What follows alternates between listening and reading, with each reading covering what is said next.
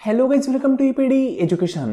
काहीच MH SET म्हणजे Maharashtra set हा एक्झाम दरवर्षीप्रमाणे यावर्षी 7 एप्रिल 2024 रोजी कंडक्ट करण्यात आला. आणि काहीच या एक्झामची फायनल आन्सर की येण्यापूर्वी येत असते चॅलेंजिंग आन्सर की, त्यालाच आपण म्हणतो प्रोव्हिजनल आन्सर की. तर पुणे युनिव्हर्सिटीमार्फत ही चॅलेंजिंग आन्सर की त्यांनी रिलीज केलेली आहे. तर काहीच या चॅलेंजिंग आन्सर कीनुसार कॉमर्स ह्या सब्जेक्टचे कुठले क्वेश्चन चॅलेंज होऊ शकतात ते आपण आजच्या लेसनमध्ये पाहणार आहोत. म्हणजे कॉमर्स या सब्जेक्टचे देखील 5 ते 6 क्वेश्चन चॅलेंज करण्यासारखे आहेत. ते क्वेश्चन कुठले, त्याला तुम्ही कशा पद्धतीने चॅलेंज करू शकता ते आपण आजच्या लेसनमध्ये पाहणारच आहोत.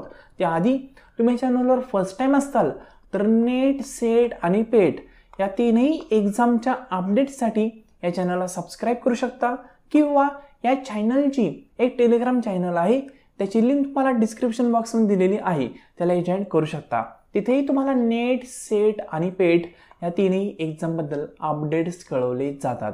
आणखी एक छोटीशी इन्फॉर्मेशन, तर गाईज हे पहा, ज्या विद्यार्थ्यांचं बॅकग्राऊंड कॉमर्स आहे, म्हणजे जे विद्यार्थी कॉमर्समध्ये नेट किंवा सेट एक्झाम देणार आहेत, त्या विद्यार्थ्यांसाठी कॉमर्ससाठी पूर्णपणे कोर्स आपण लॉन्च करीत आहोत. त्यामध्ये UGC नेटचा संपूर्ण सिलेबस प्लस MS सेट एक्झामचा संपूर्ण सिलेबस तुम्हाला कंप्लीट करून दिला जाईल. आणि इन केस जर त्यांनी न्यू सिलेबस अपडेट केला तर ओल्ड सोबत तुम्हाला न्यू सिलेबस देखील त्याच कॉस्टमध्ये प्रोव्हाइड केला जाईल. तर गाईज हा जो कोर्स आहे हा कॉमर्ससाठी असणार आहे. त्यामध्ये पूर्णपणे कॉमर्स आपण कंप्लीट करणार आहोत. आणि यामध्ये तुम्हाला पेपर फर्स्ट हा फ्री भेटणार आहे. म्हणजे तुम्ही कॉमर्स या सब्जेक्टला जॉईन केले तर पेपर फर्स्ट त्या ठिकाणी तुम्हाला फ्री भेटेल. म्हणजे अल्टिमेट पेपर फर्स्ट आणि पेपर सेकंड असे दोन्ही पेपर तुमचे एकाच फीमध्ये कव्हर होतील. थोडक्यात तुम्हाला पूर्णपणे सिलेबस या ठिकाणी कंप्लीट करून दिला जाणार आहे पेपर फर्स्ट आणि सेकंडचा. यामध्ये तुम्हाला काही टिप्स सांगितल्या जातील. आणि हा जो कोर्स आहे हा तुम्हाला प्रत्येक पेट एंट्रन्ससाठी देखील काम येईल. म्हणजे शेवटची पेट एंट्रन्स बऱ्याच युनिव्हर्सिटीमार्फत कंडक्ट केली जाणार आहे, त्यासाठी देखील तुम्हाला याचं बेनिफिट होईल. तर गाईज या कोर्सची जी फी आहे ती आहे फी 8,500 रुपये. आणि इन केस जर तुम्ही इन्स्टॉलमेंटमध्ये पेमेंट करणार असाल तर 5,500 ही फर्स्ट इन्स्टॉलमेंट असेल आणि सेकंड असेल 3,250. या ठिकाणी तुम्हाला इन्स्टॉलमेंटमध्ये थोडेसे एक्स्ट्रा चार्जेस सहन करावा लागू शकतात. जर तुम्ही वन टाइम पेमेंट केले तर 8,500 मध्ये तुम्हाला पेपर फर्स्ट पण भेटणार आणि पेपर सेकंड पण भेटणार. ठीक आहे, सर्वांच्या नोट्स भेटतील, सर्व व्हिडिओ लेक्चर भेटतील, सर्व टिप्स असतील, ट्रिक्स असतील, त्या सर्व गोष्टी या ठिकाणी प्रोव्हाइड केल्या जातील. म्हणजे थोडक्यामध्ये तुमचे दोन्ही पेपर या ठिकाणी डिटेलमध्ये कंप्लीट होतील. तुम्हाला अदर स्टडी करण्याची गरज नाही आहे. ठीक आहे, तर गाईज हा कोर्स तुम्हाला जॉईन करायचा असेल तर या व्हॉट्सअप नंबरला मेसेज करून तुम्ही अधिक माहिती मिळवू शकता, किंवा इन्फॉर्मेशन तुम्हाला माहीत असेल, कळली असेल तर डायरेक्टली याच नंबरवर गुगल पे किंवा फोनपेने पेमेंट करून तुम्ही व्हॉट्सअपला स्क्रीनशॉट शेअर करा. त्यानंतर तुम्हाला 5 मिनिटांमध्ये आपण ॲक्सेस प्रोव्हाइड करणार आहोत. ठीक आहे, तर आय होप तुम्हाला इन्फॉर्मेशन कळलं असेल. तर गाईज हे पहा, आज आपण पाहणार आहोत कॉमर्स या सब्जेक्ट संदर्भात चॅलेंजिंग क्वेश्चन कुठले आहेत हे. तर वन बाय वन आपण एक एक क्वेश्चन पाहूया. तर हे पहा, तर हे जे आपण क्वेश्चन पाहणार आहोत ना ते पाहण्याआधी 1-2 पॉईंट सांगतो. तर हे पहा, जे क्वेश्चन तुम्हाला चॅलेंज करायचे आहेत ते क्वेश्चन चॅलेंज करण्यापूर्वी एक गोष्ट लक्षात घ्या, जर तुमचं मेरिट हे 1 ते 2% राहत असेल तरच तुम्ही चॅलेंज करण्याची रिस्क त्या ठिकाणी घ्या. जर मागच्या कटऑफपेक्षा तुमच्या आत्ताच्या पर्सेंटेजमध्ये 7 ते 8% किंवा त्यापेक्षा जास्त पर्सेंटचा गॅप असेल तर कुठल्याही क्वेश्चनला चॅलेंज करून तुम्ही खर्च करू नका, कारण इतका पण तुमचा कट ऑफ वाढणार नाही आहे चॅलेंज केलं तरी देखील. म्हणून खूप मायनर डिफरन्स असेल, म्हणजे मॅक्झिमम 2 ते 3% मॅक्झिमम म्हणतोय मी, इतकाच मागच्या कट ऑफ सारखा तुमचा डिफरन्स असेल तरच तुम्ही चॅलेंज करून त्या ठिकाणी रिस्क घेऊ शकता. कारण एका क्वेश्चनला 1,000 रुपये चॅलेंजसाठी तुम्हाला मोजावे लागणार आहेत. ठीक आहे, त्यानंतर तुमचे एव्हिडन्स कुठले असतील, ते अप्रूव्ह होतील का नाही ही दुसरी गोष्ट. ठीक आहे, म्हणून चॅलेंज करताना काळजी घ्या. आपला जर कट ऑफ थोड्या मार्कांवरून राहत असेल तरच तुम्ही चॅलेंज करा, नाहीतर या चॅलेंजिंग आन्सर केलं तुम्ही इग्नोर देखील करू शकता. तर गाईज हे पहा, सर्वात पहिल्यांदा 3 नंबरचा जो क्वेश्चन आहे, 1 मिनिट, हा जो सेट आहे ना हा सेट ए आहे बरं का. तुमचा सेट दुसरा असेल तर क्वेश्चनचा सिक्वेन्स खालीवरती असू शकतो, पण क्वेश्चन तोच असेल. मी सेट ए घेतलेला आहे, तुमचा सेट कुठला आहे ते व्यवस्थित पहा आणि त्यानुसार तुम्ही चॅलेंज करण्याची प्रोसेस करू शकता. ठीक आहे, फक्त क्वेश्चनचा सिक्वेन्स या ठिकाणी लक्षात ठेवू नका, क्वेश्चन कुठला ते लक्षात ठेवा. तर हे पहा, जो 3 नंबरचा क्वेश्चन आहे या 3 नंबरच्या क्वेश्चनला लँग्वेजच्या प्रॉब्लेममुळे तुम्ही चॅलेंज करू शकता. कारण का या ठिकाणी काय म्हणले पहा, identify a factor that doesn't play an important role in attracting FDI. ठीक आहे, म्हणजे फॉरेन डायरेक्ट इन्व्हेस्टमेंट याला अट्रॅक्ट करण्यासाठी कुठला महत्त्वाचा रोल नाही आहे ते विचारलं आहे. नाही ना, हे विचारलं आहे. या ठिकाणी काय म्हणजे पहा, खालीलपैकी विदेशी प्रत्यक्ष गुंतवणुकीला FDI आकर्षित करणारा सर्वात महत्त्वाचा घटक कुठला आहे. इथे विचारलं कुठला महत्त्वाचा आहे आणि इथे विचारलं कुठला महत्त्वाचा नाही आहे. आता अशा वेळेस चॅलेंज ॲक्सेप्ट होण्याचे चान्सेस हे थोडेसे कमी असतात. त्याचं रिझन सांगतो. याआधी जे प्रॉस्पेक्ट त्यांच्यामार्फत प्रोव्हाइड केलं जायचं ना, त्या ठिकाणी त्यांनी नमूद केलेले होते की फायनल आन्सर कीसाठी आम्ही मराठी लँग्वेज कन्सिडर करणार नाही, फक्त इंग्लिश लँग्वेज आहे ती आम्ही कन्सिडर करणार आणि त्यानुसार तुम्हाला फायनल आन्सर की आम्ही प्रोव्हाइड करणार आहोत. पण आत्ताचं जर तुम्ही प्रॉस्पेक्ट पाहिलं तरी पहा, हे जे प्रॉस्पेक्ट आहे या प्रॉस्पेक्टमध्ये असा कुठलाही मुद्दा त्यांनी मेन्शन केलेला नाही आहे की आम्ही फक्त इंग्लिश लँग्वेजला कन्सिडर करणार, फायनलला आम्ही कन्सिडर करणार नाही. म्हणजे आत्ताच्या प्रॉस्पेक्टमध्ये त्यांनी असा पॉईंटच मेन्शन केलेला नाही आहे. ठीक आहे, म्हणजे याआधी काय होतं, त्यांनी सांगितलं होतं की तुम्हाला जर चॅलेंज करायचं असेल तर इंग्लिश आणि मराठी या दोन्ही लँग्वेजचा डिफरन्स जो आहे त्यामार्फत तुम्ही चॅलेंज करू शकत नाही, कारण इंग्लिशच ते फायनल कन्सिडर करतील असं त्यांनी याआधी सांगितलं होतं. पण जे नवीन प्रॉस्पेक्ट आहे ना 2024चं, ठीक आहे, या एक्झामसाठीचं, त्यामध्ये हा पॉईंट त्यांनी मेन्शनच केलेला नाही आहे की फक्त आम्ही इंग्लिश लँग्वेजला कन्सिडर करणार, मराठी कन्सिडर करणार नाही. असा पॉईंटच या ठिकाणी नाही आहे. तुम्ही बारकाईने सर्च करून पहा, जर तसा पॉईंट भेटला तुम्हाला तर चॅलेंज करू नका. पण मी खूप चांगलं प्रॉस्पेक्टला या पाहिलेलं आहे आणि माझ्या मते त्यांनी हा पॉईंट या ठिकाणी ॲड केलेला नाही आहे की आम्ही फायनल आन्सर कीसाठी फक्त इंग्लिश लँग्वेज कन्सिडर करणार. तो पॉईंट या ठिकाणी नाही आहे. त्या पॉईंटला नाही आहे म्हणून तुम्ही इथं ॲडव्हान्टेज घेऊ शकता चॅलेंज करण्याचं. तर हा क्वेश्चन चॅलेंज होऊ शकतो, कारण त्यांनी असं कुठेही मेन्शन केलेलं नाही आहे आत्ताच्या प्रॉस्पेक्टनुसार की इंग्लिश आणि मराठी सेपरेट वेगळे क्वेश्चन असेल तर आम्ही फक्त इंग्लिश कन्सिडर करणार, असं नाही आहे. ठीक आहे, असं म्हणलेलंच नाही आहे त्यांनी प्रॉस्पेक्टमध्ये. हे प्रॉस्पेक्ट तुम्हाला MSCET एक्झामच्या ऑफिशियल वेबसाईटवर प्रोव्हाइड केलेलं आहे. ठीक आहे, तिथून तुम्ही डाउनलोडिंग करू शकता. हे फक्त 7 एप्रिल 2024च्या एक्झामसाठी व्हॅलिड आहे. त्यानंतरच्या एक्झामसाठी किंवा त्या आधीच्या एक्झामसाठी ते व्हॅलिड नाही आहे, फक्त या एक्झाम पुरतं आहे. ठीक आहे, तर या क्वेश्चनला तुम्ही चॅलेंज करू शकता, कारण इथं डझंट प्ले म्हणलं आहे आणि इथं कुठला महत्त्वाचा आहे हे विचारलं आहे. मग लँग्वेज पूर्णपणे चेंज होते, शब्दाचा इथं खेळ खेळला आहे आणि शब्दाच्या गोष्टींमुळे क्वेश्चनची रचना पूर्णपणे चेंज होते, म्हणून या क्वेश्चनला चॅलेंज करू शकता. ठीक आहे, मग इथं तुम्ही क्वेश्चनच रॉंग आहे अशा प्रकारे चॅलेंज करू शकता आणि डिस्क्रिप्शनमध्ये लिहू शकता की लँग्वेज किंवा इथं जो शब्द वापरला आहे तुम्ही हा चुकीचा वापरला आहे आणि इथं शब्द चुकीचा वापरला आहे, म्हणजे दोन्ही क्वेश्चनमध्ये डिफरन्स आहे, म्हणून या क्वेश्चनला अशा बेसवर तुम्ही चॅलेंज करू शकता. ठीक आहे, प्रूफसाठी तुम्ही याचाच एक स्क्रीनशॉट तिथं ॲड करू शकता. कुठल्या पेपरमधील कुठला सेट आहे, कुठल्या सेटमधील कुठला क्वेश्चन आहे ते तिथं हे करू शकता आणि हे जे शब्द आहेत ना या शब्दांना हायलाईट करून त्या ठिकाणी चॅलेंज करण्याची एक रिस्क तुम्ही घेऊ शकता. ठीक आहे, आणि या ठिकाणी लक्षात घ्या, आत्ताच्या आन्सर कीनुसार त्यांनी ऑप्शन डी हा करेक्ट दिलेला आहे. ठीक आहे, आत्ताच्या आन्सर कीनुसार, आणि जर तुम्ही ऑप्शन डीच हा करेक्ट दिलेला असेल तर काही चॅलेंज करू नका, नाही तर हातातले मार्क घालताल.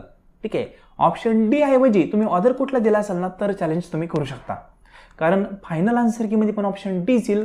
जर याला कोणीही चॅलेंज केलं नाही तर तुम्हाला याचे मार्क भेटून जातील, जर ऑप्शन डीच हा चॉईस केला असेल तुम्ही तर. आणि ऑप्शन डी चॉईस नसेल केला तर तुम्ही चॅलेंज करण्याची रिस्क घेऊ शकता. ठीक आहे, म्हणजे चॅलेंज कोणी करायचं हे पण लक्षात तुम्हाला कळायला पाहिजे. तर 3 नंबरचा क्वेश्चन हा चॅलेंज होऊ शकतो डेफिनेटली.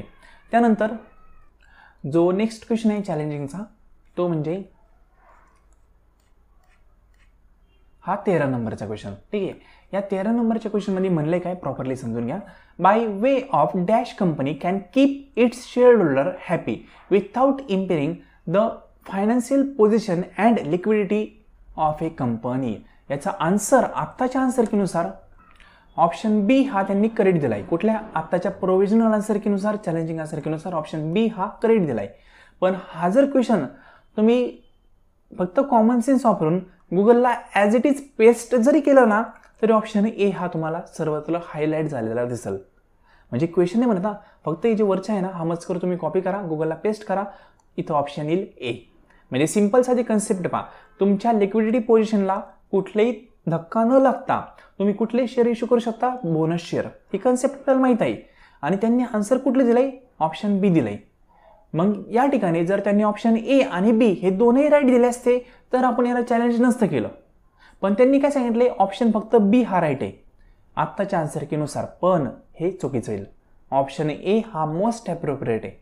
तर 13 नंबरचा क्वेश्चन आहे ना, या क्वेश्चनला तुम्ही चॅलेंज करू शकता ऑप्शन एला. म्हणजे आत्ताच्या ऑप्शनला बी हा चुकीचा आहे, ऑप्शन ए हा करेक्ट यायला हवा. कुठं फायनल आन्सर केमध्ये. सिम्पल. तर हा क्वेश्चन तुम्हाला आहे ना, या संदर्भात तुम्हाला एव्हिडन्स हवे असतील तर तुम्ही गुगलला हा क्वेश्चन सर्च करू शकता. अनेक फायनान्शियल वेबसाईट आहेत म्हणजे बँकिंगच्या, ठीक आहे. HDFCची वेबसाईट आहे, त्या ठिकाणी पण या क्वेश्चनचा आन्सर तुम्हाला भेटून जाईल. किंवा SBIची पण वेबसाईट आहे, ऑफिशियल वेबसाईट म्हणतो मी, ऑथोराइज वेबसाईट, त्या ठिकाणी या क्वेश्चनचा आन्सर तुम्हाला भेटून जाईल. कारण बेसिक कन्सेप्ट आहे बँकिंगशी निगडीत, यामध्ये तुम्हाला त्याचा आन्सर भेटेल. आणि त्या ऑफिशियल वेबसाईटचा तुम्ही स्क्रीनशॉट वगैरे तिथं ॲड करू शकता. तिथं मजकूर तुम्ही ॲड करून ॲज अ एव्हिडन्स म्हणून दाखवू शकता. फक्त स्क्रीनशॉट तुम्हाला ॲज इट इज पेस्ट करायचा नाही आहे. त्या स्क्रीनशॉटला तुम्हाला PDF फॉर्मॅटमध्ये कन्वर्ट करायचं आणि त्यानंतर तिथं ते अपलोड करायची ॲज अ चॅलेंजला एव्हिडन्स म्हणून. सिम्पल. तर हा जो क्वेश्चन आहे 13 नंबरचा, त्याचा ऑप्शन बी हे करेक्ट दिलं आहे. ऑप्शन एला चॅलेंज डेफिनेटली होऊ शकतं. इश्यू ऑफ बोनस शेअर, ठीक आहे. चॅलेंज करायचं असेल तर करू शकता. त्यानंतर जो नेक्स्ट क्वेश्चन आहे तो म्हणजे हा येईल, ठीक आहे, 22 नंबरचा. तर यामध्ये काय म्हणलं आहे पहा, प्रॉपर समजून घ्या. एक सेकंद, ठीक आहे. तर यामध्ये म्हणलं the main objective of a business firm is to. हा क्वेश्चन आपण एक्सपेक्टेड आन्सर कीमध्ये पण डिस्कशन केलं होता. या क्वेश्चनचं मेन ऑब्जेक्टिव्ह काय असायला हवं, व्हॅल्यू मॅक्झिमायझेशन, ठीक आहे. म्हणजे बिझनेसचं कुठल्याही फर्मचं व्हॅल्यू मॅक्झिमायझेशन हे मेन ऑब्जेक्टिव्ह असायला हवं, पण ऑप्शनमध्ये ते नाही आहे. मग ऑप्शननुसार मोस्ट ॲप्रोप्रिएट कुठलं होतं, ऑप्शन बी, अंडरटेक प्रॉफिट मेकिंग प्रोसेस. हे आन्सर आत्ता यायला हवं करेक्ट, ठीक आहे. ऑप्शननुसार जर आपण प्रॉपरली ॲनालिसिस केलं तर. पण त्यांनी 22 नंबरच्या क्वेश्चनचं ऑप्शन ए हे करेक्ट दिलं आहे. तर ऑप्शन ए हे करेक्ट कुठल्या अँगलनी होणार नाही, ऑप्शन बी हे करेक्ट यायला हवं. मग हा जो 22 नंबरचा क्वेश्चन आहे याला देखील तुम्ही चॅलेंज करू शकता. म्हणजे मेन ऑब्जेक्टिव्ह कुठलं असतं, व्हॅल्यू मॅक्झिमायझेशन असतं. पण व्हॅल्यू मॅक्झिमाइज का करायची असते, तर आपल्याला प्रॉफिट मॅक्झिमाइज करायचं असतं म्हणून ऑप्शन बी हे करेक्ट होईल. पण आत्ताच्या आन्सरनुसार ऑप्शन ए त्यांनी दिलंय. मग ऑप्शन ए हे करेक्ट नसून ऑप्शन बी हे करेक्ट यायला हवं. अशा पद्धतीने तुम्ही चॅलेंज करू शकता. कधी चॅलेंज करायचं ते पुन्हा रिपीट करेल. जर तुम्ही ऑप्शन एच दिलेला असेल आणि आत्ता पण ऑप्शन ए आलेलं आहे, मग तुम्ही चॅलेंज करण्याची गरज नाही आहे. पण जर तुम्ही ऑप्शन बी दिलेला असेल तर तुम्ही ऑप्शन बी साठी याला चॅलेंज करू शकता, ठीक आहे. म्हणजे तुमचं ॲडव्हान्टेज या ठिकाणी होत असेल आन्सर चेंज झाल्यामुळं, तर तुम्ही चॅलेंज करा. नाहीतर फक्त चॅलेंज करायचं आहे, ठीक आहे, चुकीचा प्रश्न आहे म्हणून चॅलेंज करत बसू नका. सिम्पल. तुमचे मार्क वाढत असतील तर चॅलेंज करण्याची रिस्क या ठिकाणी घ्या. तर 22 नंबरचा क्वेश्चन चॅलेंज होऊ शकतो. आणि त्यानंतर 23 नंबरचा क्वेश्चन देखील मला 1-2 विद्यार्थ्यांनी सेंड केला होता. ॲक्च्युली हे जे आपण क्वेश्चन पाहतोय ना, हे सर्व क्वेश्चन मला कुठल्या ना कुठल्या विद्यार्थ्यांनी व्हॉट्सअपला सेंड केले ते आपण या ठिकाणी डिस्कशनला घेतलेले आहेत, ठीक आहे. तर 23 नंबरचे क्वेश्चन काय म्हणतोय पहा, the cross price elasticity of a demand for product Rolex and Bolix is 10. It implies that Rolex and Bolix are. तर यामध्ये कुठलंही सबस्टिट्यूट गुड्सचं रिलेशन आहे. ही कन्सेप्ट तुम्हाला प्रॉपर माहीत असेल असं मी गृहीत धरतो. आणि आन्सर कीनुसार त्याने ऑप्शन एच हे करेक्ट दिलंय. पण काही विद्यार्थ्यांच्या मतानुसार ऑप्शन बी हे करेक्ट यायला हवं असं त्यांना वाटतंय. तर काहीच इथं एक क्लिअर कट आयडिया दिल, ऑप्शन बी हे चॅलेंज होऊ शकत नाही. त्यांनी आत्ताच्या आन्सर कीनुसार ऑप्शन ए हे करेक्ट दिलंय ऑफिशियल आन्सर कीनुसार. आणि माझ्या मते पण ऑप्शन ए हे करेक्ट आहे. ऑप्शन बीला चॅलेंज करण्यात अर्थ नाही आहे. इथं पैसे तुमचे वाया जाऊ शकतात. ऑप्शन ए दिले ना तर ऑप्शन एच हे करेक्ट आहे, ठीक आहे. कारण कन्सेप्ट डायरेक्टली त्यांनी इथं डिनोट केलेले आहे. फक्त एक्झाम्पल दिलं आहे आणि ते एक्झाम्पल कुठल्या कन्सेप्टचं आहे हे विचारलं आहे. तर ऑप्शन ए हे करेक्ट आहे, याला चॅलेंज करू नका. ऑप्शन बी साठी चॅलेंज करू नका, ठीक आहे. आणि तरी तुम्हाला चॅलेंज करायचं असेल तर करू शकता. यामध्ये माझा लॉस कुठलाही वैयक्तिक नाही आहे. फक्त मी तुम्हाला सजेशन देतोय, ठीक आहे. तुम्हाला चॅलेंज करायचं असेल करू शकता. पण इथं चॅलेंज ॲक्सेप्ट होण्याचे चान्सेस 99% निगेटिव्ह नाही आहेत, ठीक आहे. 23 नंबरच्या क्वेश्चनला. त्यानंतर जो पुढचा क्वेश्चन आहे तो पाहूया कुठला, तर हे पहा 26 नंबर, ठीक आहे. तर हा 26 नंबरचा क्वेश्चन आहे ना, या ठिकाणी काय म्हणलं, marginal product of a labour is the. म्हणजे मार्जिनल प्रोडक्ट ऑफ लेबर याचा फॉर्म्युला कुठला आहे हे विचारलं आहे. तर आत्ताच्या आन्सर कीनुसार त्यांनी ऑप्शन बी हा करेक्ट दिला आहे, change in output from using 1 or more unit of labour. आणि एक्सपेक्टेड आन्सर कीनुसार पण ऑप्शन बी हे करेक्ट सांगितलं होतं. त्यांनी पण बी सांगितलं आहे, हे करेक्ट आहे. मग आता प्रश्न उरतो काय, इथं पहा थोडं मराठीमधनं, ठीक आहे. मराठीमध्ये त्यांनी काय म्हणलंय, ऑप्शन बी हा करेक्ट म्हणलंय. पहा, एक जास्त श्रम मात्रा वापरल्याने उत्पादनात झालेला बदल, असं ऑप्शन बी आहे. आता ऑप्शन सी पहा काय म्हणतोय, एक जास्त श्रम मात्रा वापरल्याने उत्पादनात झालेला बदल. Same to same, 100% same option दिलेत पहा दोन्ही पण. ऑप्शन इकडं सी वेगळा आहे पहा, इथं रेव्हेन्यू शब्द वापरला, इथं आउटपुट वापरलाय. इंग्लिशमधनं करेक्ट आहे, पण मराठीमध्ये मिस्टेक आहे. मराठीमध्ये ऑप्शन बी आणि सी हा सेम आहे. मग आता या क्वेश्चनला तुम्ही चॅलेंज करू शकता, ठीक आहे. इंग्लिश आणि मराठी हे क्वेश्चन वेगळे आहेत, अशा प्रकारे चॅलेंज करायला हरकत नाही आहे. पुन्हा रिपीट करेल, हे चॅलेंज करण्यापूर्वी म्हणजे इंग्लिश आणि मराठी हे क्वेश्चन वेगळे आहेत ना, हे चॅलेंज करण्यापूर्वी एकदा प्रॉस्पेक्टमधून नजर मारा. मी खूप चांगल्या प्रकारे प्रॉस्पेक्ट पाहिलेलं आहे. त्या ठिकाणी त्यांनी कुठेही असं मेन्शन केलेलं नाही आहे इंग्लिश आणि मराठी हे क्वेश्चन वेगळे असतील तर चॅलेंज ॲक्सेप्ट होणार नाही, असं मेन्शन केलेलं नाही आहे माझ्या मते. पण एकदा तुम्ही पण एकदा प्रॉस्पेक्ट पाहून घ्या, त्यानंतर चॅलेंज करायचं का नाही ते डिसाईड करा. फक्त त्याचा पॉईंट भेटतोय का ते एकदा पहा, इंग्लिश आणि मराठीचा. माझ्या मते नाही आहे, ठीक आहे. तर हा पण क्वेश्चन चॅलेंज होऊ शकतो, कारण या ठिकाणी ऑप्शन बी आणि C as it is copy paste केलेत सेम आहे, आणि या ठिकाणी ऑप्शन बी आणि सी वेगळे आहेत. सिम्पल. तर 26 नंबरच्या क्वेश्चनचं आत्ताच्या आन्सर कीनुसार ऑप्शन बी हे करेक्ट दिलंय आणि ते ऑप्शन करेक्ट आहे. फक्त चॅलेंज कसं होऊ शकतं, ऑप्शन बी आणि सी करेक्ट सेम आहेत म्हणून मराठीमधले. अशा प्रकारे चॅलेंज करायला हरकत नाही, ठीक आहे. तर 26 नंबरचा क्वेश्चन हा पण डेफिनेटली चॅलेंज होऊ शकतो, ठीक आहे. त्यानंतर जो नेक्स्ट क्वेश्चन आहे तो डायरेक्टली मी तुम्हाला शो ऑफ करतो. एक सेकंड, ओके. तर हे पहा, त्यानंतर एक सेकंड, ओके. त्यानंतर 93 नंबरचा क्वेश्चन. हा क्वेश्चन जर तुम्ही बारकाईने पाहिलात, या ठिकाणी काय म्हणले पहा, as per income tax act which of the following property income is not exempted from tax. म्हणजे कुठलं प्रॉपर्टीचं इन्कम टॅक्समार्फत एक्झम्प्ट होऊ शकत नाही हे विचारलंय, नॉट. आता मराठीतनं काय म्हणलंय पहा, आयकर कायद्यानुसार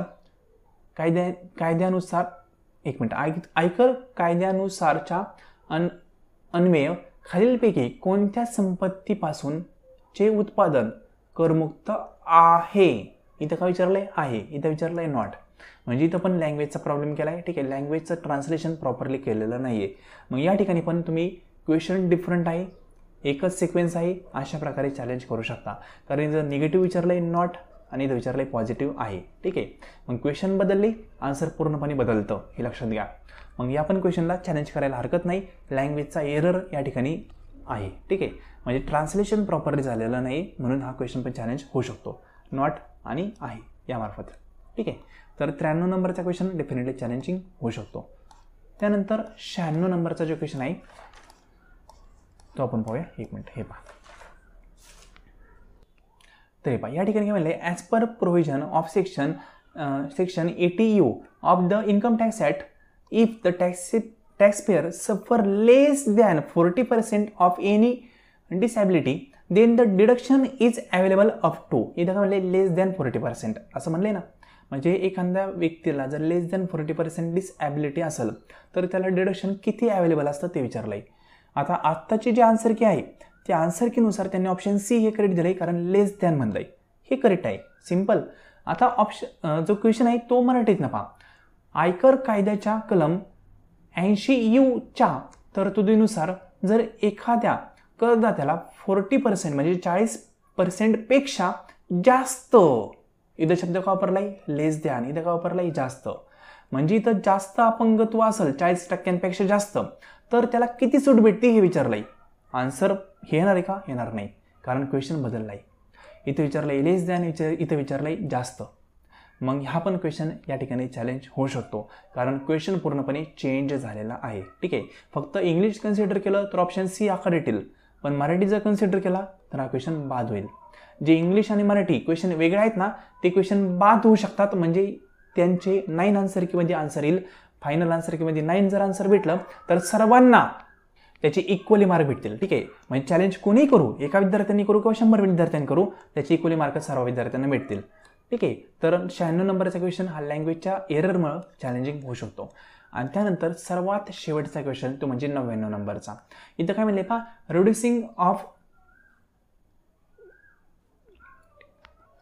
reducing or negating the tax liability in legally permissible way and had legal sanction is called as. म्हणजे जर तुम्ही लिगली परमिशेबल वेने जर टॅक्स लायबिलिटी रिड्यूस करण्याचा प्रयत्न केला तर आपण त्याला काय म्हणतो, टॅक्स अवॉइडन्स म्हणतो. ऑप्शन डी त्यांनी आत्ताच्या आन्सरकीनुसार करेक्ट दिला आहे आणि हाच ऑप्शन करेक्ट येईल. ठीक आहे. तर काही विद्यार्थ्यांचं म्हणणं आहे की ऑप्शन ए हा चॅलेंज होऊ शकतो, तर या ठिकाणी चॅलेंज करण्याचा काही संबंध येणार नाही, ऑप्शन डी हा करेक्ट येईल. ठीक आहे. तर इथं कन्फ्युजन होऊ शकतं तुमचं या दोन्ही ऑप्शनमध्ये, पण इथं काय म्हणलं आहे, रिड्युसिंग ऑफ टॅक्स. ठीक आहे, म्हणजे टॅक्स लायबिलिटी तुम्हाला रिड्यूस करायची कशी, लिगली परमिसिबल वेनी, तर त्या ठिकाणी टॅक्स अवॉइडन्स हीच कन्सेप्ट वापरली जाते.